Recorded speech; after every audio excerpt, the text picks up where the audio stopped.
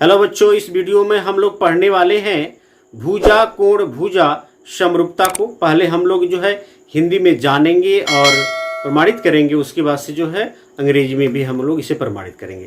तो आइए पहले मैं लिखता हूं क्या है थ्योरम। भुजा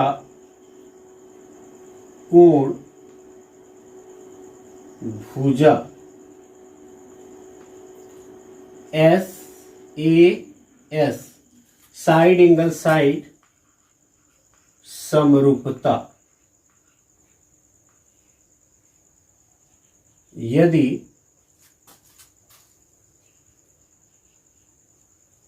एक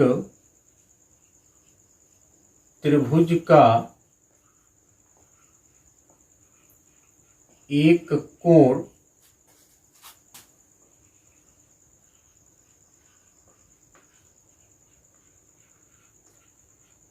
दूसरे त्रिभुज के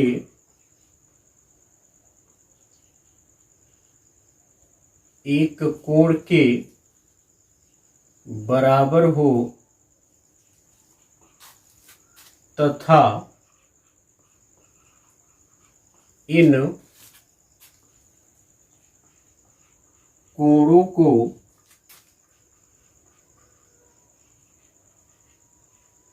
अंतर्गत करने वाली भुजाएं समानुपाती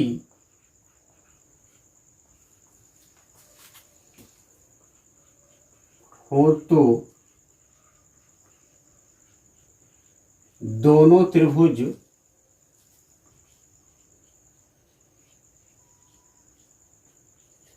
समरूप होते हैं।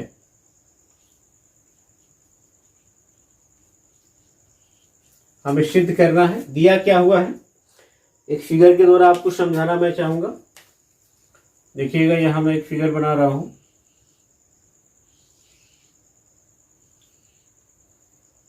ABC है और ये मान लीजिए DEF है। दिया है ABC और DEF में कि यदि इन दोनों त्रिभुज के एक कोण बराबर हो और इन कोणों को जो बनाने वाली भुजाएं हैं ना, जैसे A को बनाने वाली भुजा AB और AC है, D को बनाने वाली भुजा DE और DF है, ये दोनों भुजाएं समानुपाती हो तो दोनों त्रिभुज आपस में क्या होते हैं, समरूप होते हैं। इसको सिद्ध करेंगे तो सबसे पहले हम लोग लिखते हैं दिया है, मैं यहां लिख रहा हूं दिया है त्रिभुज ABC तथा त्रिभुज DEF में angle A is equal to angle D। A जो है वो D के क्या है, बराबर है, तथा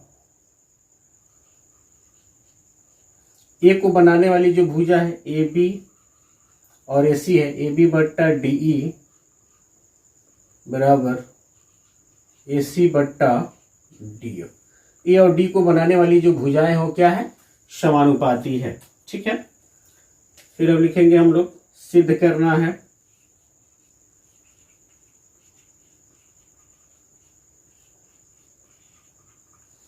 क्या सिद्ध करना है कि त्रिभुज ABC जो है समरूप है त्रिभुज DEF के। त्रिभुज ABC समरूप त्रिभुज DEF। ठीक है, आइएगा रचना का काम हम लोग करेंगे। यहां भी जो रचना किया जाएगा, यहां भी जो कंस्ट्रक्शन किया जाएगा, सेम टू सेम जो हम लोगों ने कोण कोण कोण समरूपता पढ़ा है या भुजा भुजा भुजा समरूपता पढ़ा है, उसी के अकॉर्डिंग है।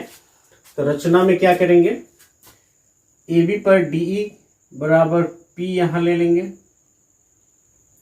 और यहाँ AC पर जो है DF बराबर क्यों लेकर काट लेंगे और दोनों को मिला देंगे।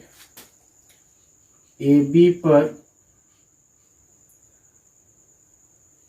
AP बराबर DE तथा AQ बराबर DF काटा एवं P से Q यानी PQ मिलाया।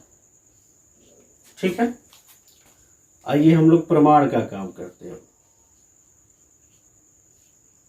कैसे इसको प्रमाणित किया जाएगा देखिएगा। यहां देखिए क्या दिया हुआ, AB बट्टा DE लिखेंगे, चूंकि AB बट्टा DE बराबर है AC बट्टा DF, इसीलिए DE के बराबर हमने, ये DE के बराबर देखिएगा AP और DF के बराबर मैंने AQ काट लिया है, रचना किया तो लिखेंगे, इसलिए AB बट्टा AP बराबर AC बट्टा AQ। अब इस त्रिभुज में थोड़ा ध्यान दीजिए, त्रिभुज ABC में AB बट्टा AP बराबर AC बट्टा AQ, यानी हम लोग थेल्स प्रमेय का विलोम पढ़े हैं कि किसी त्रिभुज में यदि कोई सरल रेखा अन्य दो भुजाओं को समान अनुपात में बांटे तो वो तीसरी भुजा के यानी BC के क्या होगी, पैरेलल होगी। थेल्स प्रमेय के विलोम से लिख सकते हैं, इसीलिए थेल्स प्रमेय के विलोम से आप आधारभूत जो है आनुपातिकता भी लिख सकते हैं। विलोम से क्या होगा, PQ जो होगा पैरेलल टू BC होगा। PQ क्या होगा, BC के पैरेलल होगा। आप यहां पे हम लोग DE के बदले AP जो लिखे हैं और DF के बदले AQ लिखे हैं, कोष्टक में आप लिख सकते हैं यहां पे, चूंकि AP बराबर DE रचना से अब दिखा सकते हैं AQ बराबर DF। ठीक है, तो यहां क्या आया, PQ is parallel to BC आया। तो PQ जो है BC के पैरेलल है, तो यह जो P है वो B के बराबर होगा संगत कोण से, और जो Q है वो C के क्या होगा, बराबर होगा। तो इसीलिए angle P is equal to angle B आप लिख सकते हैं संगत कोण से। ठीक है, तथा angle Q is equal to angle C, same to same condition होगा। संगत कोण से जो है यह जो कोण होगा और यह कोण, यह इसके बराबर होगा और यह किसके बराबर होगा, इसके बराबर। ठीक है, आइए जो है पुनः हम लोग त्रिभुज APQ और DEF में चलते हैं। त्रिभुज APQ तथा त्रिभुज DEF में ऑलरेडी रचना से AP, पहले A तो D के बराबर है, यहां ऑलरेडी दिया हुआ है angle A is equal to angle D दिया है। AP जो है DE के बराबर है रचना से, AQ जो है DF के बराबर है, यह भी रचना से। तो 9th क्लास में आप लोगों ने पढ़ा होगा कि यदि दो त्रिभुज में दो भुजाएं बराबर हैं और उनके बीच, यानी उनके बीच का जो कोण है वह बराबर है, तो वहां पे यस जो है सर्वांग समता लगेगा।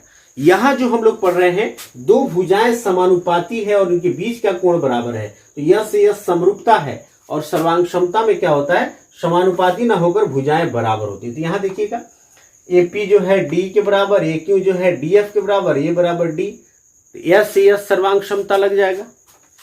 इसीलिए SAS सर्वांग क्षमता से यह जो दोनों त्रिभुज है वो क्या हो जाएगा, सर्वांगसम हो जाएगा। त्रिभुज APQ सर्वांगसम त्रिभुज DEF, जैसे ही सर्वांगसम होगा तो इसके सारे कोण आपस में क्या हो जाएंगे, बराबर हो जाएंगे। इसीलिए कोण ए बराबर कोण डी तो ऑलरेडी है, पहला केस में ए डी के बराबर होगा, पी ई के बराबर होगा। यहां क्यू जो है एफ के बराबर होगा, यानी तीनों जो इसके कोण है संगत कोण बराबर हो जाएंगे। अब थोड़ा सा ध्यान दीजिएगा, यहां पे हम लोग क्या बदलेंगे, P जो है यहां देखिए P जो है B के बराबर है और Q जो है C के बराबर है, तो P के बदले B लिख देंगे और Q के बदले C लिख देंगे। Simply angle A is equal to angle D, angle B is equal to angle E। आखिर ऐसा हम क्यों कर रहे हैं अभी पता चल जाएगा। और Q के बदले क्या लिखेंगे C, angle C is equal to angle F। देखिए कौन कौन सा कोण है, A बराबर D है, A बराबर D ठीक है, B बराबर E है, यह जो B है E के बराबर हो गया, इसके बराबर हो गया, C बराबर F है, C बराबर F, देख रहे हैं। यानी ये त्रिभुज ए बी सी और डी ई एफ में क्या लग गया, ए समरूपता लग गया, या दोनों जो है त्रिभुज समान कोणिक हो गए तो समरूप हो जाएंगे। इसीलिए ए समरूपता से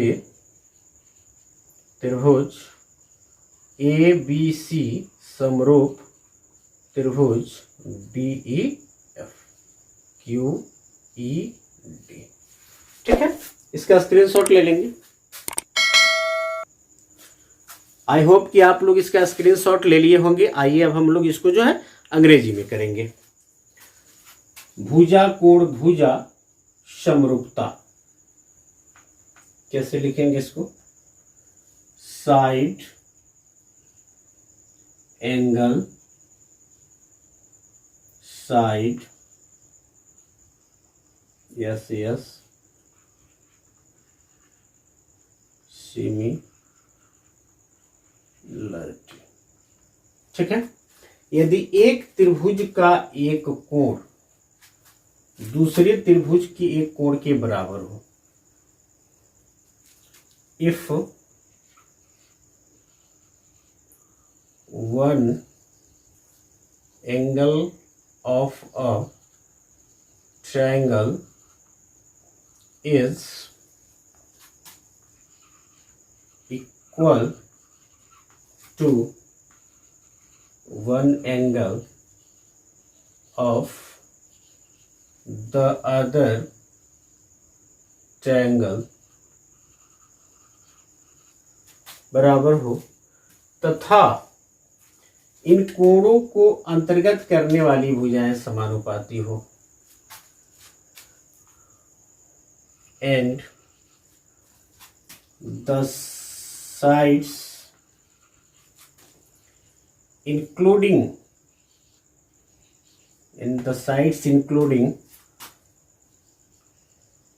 these angles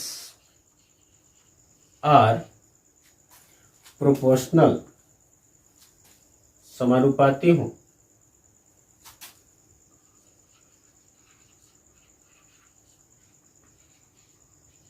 ठीक है, तो दोनों त्रिभुज समरूप होते हैं, then the two triangles are similar.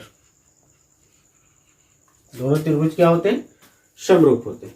दिया है, you can write in English this, given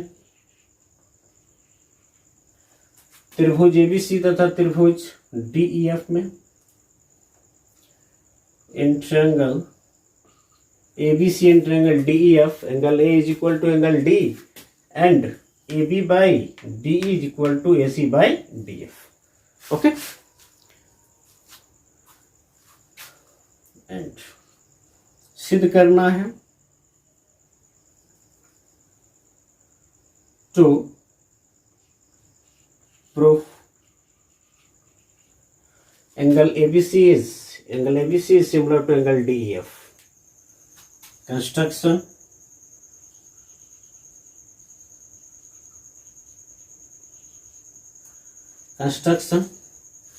AB पर AP बराबर DE और AC पर AQ बराबर DF काटा P से Q मिलाया.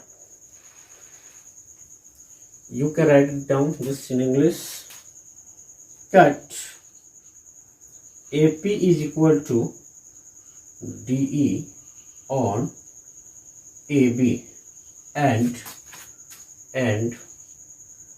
AQ is equal to DF on AC and join PQ. और P से Q को क्या किया, मिलाया. प्रमाण, you can write this proof. Since AB by DE is equal to AC by DF, it is given, you can write here, given. So AB by AP, because why I am writing at the place of D there is AP, because I have construct here AP is equal to DE and AQ is equal to DF. Then at the place of D we can write AP, and also at the place of DF we can write AQ. AB by AP is equal to AC by AQ. So by the converse of Thales theorem, so by converse of BPT or Thales theorem, you can write Thales theorem.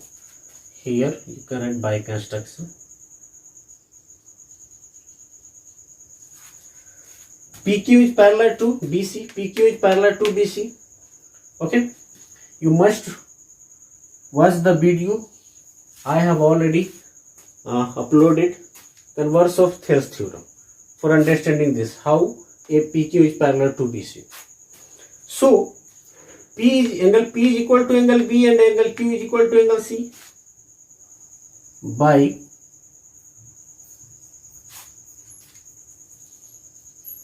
corresponding angles, by corresponding angle, okay, and angle Q is equal to angle C. Again, come in triangle APQ and triangle DEF. Angle A is equal to angle D. This is already given. And AP is equal to DE and AQ is equal to DF by construction. In triangle APQ and DEF, angle A is equal to angle D given, okay, and this is by construction. AP is equal to D, AQ is equal to DF. So by SAS congruence in two triangles, if so, by SAS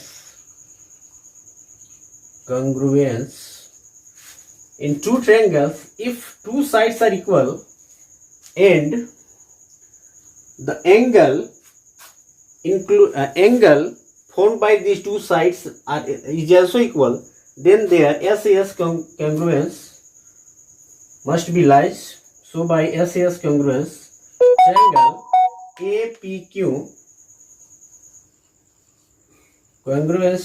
congruent triangle DEF. So angle A is equal to angle D, angle P is equal to angle E, angle Q is equal to angle F. A is equal to D, P is equal to E, Q is equal to F. Since P is equal to B and Q is equal to C, then at the place of P I can write here B, at the place of Q also I can write here C.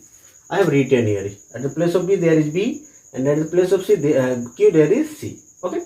Then angle A is equal to what I have find? Angle A is equal to angle D, angle A is equal to angle D, angle B is equal to angle E. Okay. Here and angle C is equal to angle F. Then by AAA similarity, so by AAA Lateral triangle ABC is similar to triangle DEF, QED. Okay, thank you. Take the screenshot of this also.